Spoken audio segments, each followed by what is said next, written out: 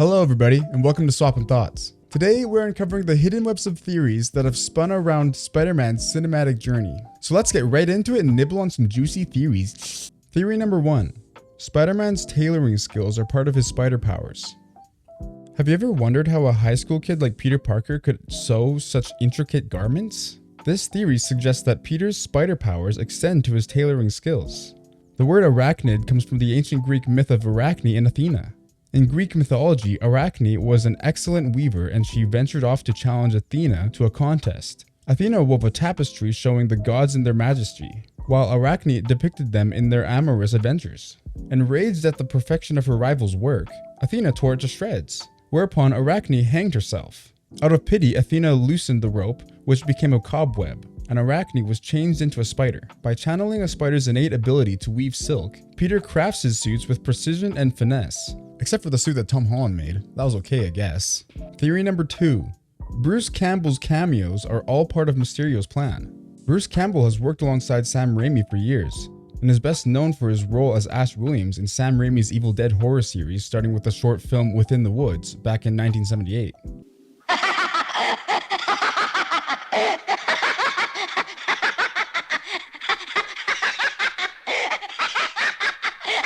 Bruce Campbell has made appearances in several other films directed by Raimi, and even had a cameo in Doctor Strange in the Multiverse of Madness, suggesting that he has more to offer in the MCU.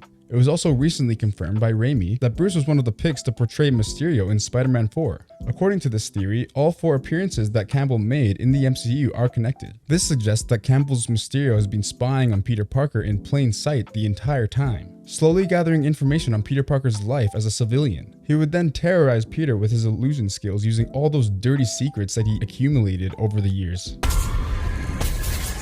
You need to wake up! It's a theory that adds a dash of mystery to Campbell's reoccurring roles. Theory number 3. Spider-Man's Infinity War death was worse than we realize. For pretty much everyone else who got absolutely dusted by the snap performed by Thanos, Spider-Man seemed to have it worse. When Peter's about to get dusted, he utters a phrase with his dying breath. He says, "I don't feel so good," which would only be said by someone that's not feeling good, right? So what if there's more to Peter Parker's death than meets the eye? This theory proposes that Peter's spider tingle was kicked into overdrive, causing the dusting experience to feel way worse than the average person. It's a chilling interpretation that I really hope is true because it makes a lot of sense. Theory number 4. MCU Peter Parker's parents died in 9/11. Prepare for a darker theory surrounding MCU's Peter Parker and the tragic events of September 11, 2001. Subtle clues scattered throughout Spider-Man Homecoming suggest that Peter's parents were victims of the tragic 9/11 attack. Peter Parker in Spider-Man Homecoming says that he has never been on a plane, is shown to be afraid of heights, he starts having a panic attack when he's crushed by a building, which I would too, and prevents a plane from hitting New York. This may not sound like enough evidence to support this theory, but just taking the fact that Peter Parker, who lost his parents as a baby, was born in 2001. Theory number 5. Vulture might have worked on Falcon's wingsuit. Let's shift our focus to Adrian Toomes, aka the Vulture, and his mysterious past. Good old Spider-Man. This theory suggests that Toomes had a military background, possibly in the Air Force. It could not be easy flying something like that around, and it would explain his proficiency with high-tech flying weapons. More proof of this theory is shown with what he wears to suit up, that being a bomber jacket and a flight mask. The striking resemblance between his scrappy wings and Falcon's military-grade wings raises questions about Toomes' involvement in the creation of Sam Wilson's suit. Could he have played a role in the creation of Sam Wilson's wings? Theory number 6. Peter Parker's spider sense didn't work in his pro wrestling debut. In the first Spider-Man film, Peter tries to make some extra cash by entering a pro wrestling match against Bonesaw. I got you for 3 minutes! During the fight, Peter dodges his first few attacks, but for some reason, his spider sense didn't sense the chair that was about to hit him in the face. So why do you think that his spider sense didn't work in a wrestling match, but it was able to work when he was fighting Flash? This theory tells us that his spider sense didn't work right away during the match because he wasn't in real danger. Pro wrestling matches are known for their stylized costumes and their fixed fights. The wrestlers are simply performers trying to put on a good show. With all this in mind, perhaps Peter Parker was told how the fight was supposed to end, but once he realized it was a cage match, he couldn't help himself. This would also explain why the wrestling promoter swindled him out of $3,000, because they wanted Peter to lose the fight. Theory number 7. The Spider-Mans in No Way Home don't glitch because they're so similar.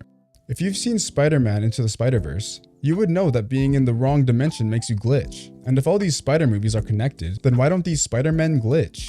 One theory explains that this is because in the animated Spider-Verse franchise, Kingpin and the Spider Society used science to travel between dimensions, whereas in Spider-Man No Way Home, Doctor Strange used magic that inevitably brought all these characters to the MCU. Despite how awesome that theory sounds, there's another explanation behind this phenomenon. In the Spider-Verse franchise, there's a much wider range of Spider-Man variants with different animated styles and genetic makeups. Miles Morales, he's entering Sector 4! But the different versions of Spider-Men in No Way Home have very similar universes and are almost identical to each other. Since each Spider-Man are so close in nature, they may be slower to glitch, but also have more of a potential to experience it the longer they stay in the wrong universe. Theory number 8. Sam Raimi's New Yorkers are banding together after 9/11. Since Spider-Man was released in 2002, it's safe to say that Sam Raimi had the tragic event of 9/11 still on his mind when he had the citizens of New York band together to encourage or protect Spider-Man. He's not gonna make it! He's gonna make it! This theory suggests that the events of 9/11 occurred in-universe, shaping the resilience of New York's citizens. In the first film, we witness the citizens on the Queensboro Bridge throwing whatever they can get their hands on at the Green Goblin. In Spider-Man 2, the citizens band together again in a failed attempt to protect Spider-Man from Dr. Octopus. We haven't seen any banding together of citizens in any of the other Spider-Man films. With the first two Spider-Man films being so close to 9/11, that would explain the reasoning why the people of New York felt a compelling need to reunite in the presence of evil. Theory number 9. Andrew Garfield might be in the Sony Spider-Man universe. The whereabouts of Andrew Garfield's Spider-Man have long been a subject of speculation. This theory says that Garfield's iteration exists within Sony's Spider-Verse.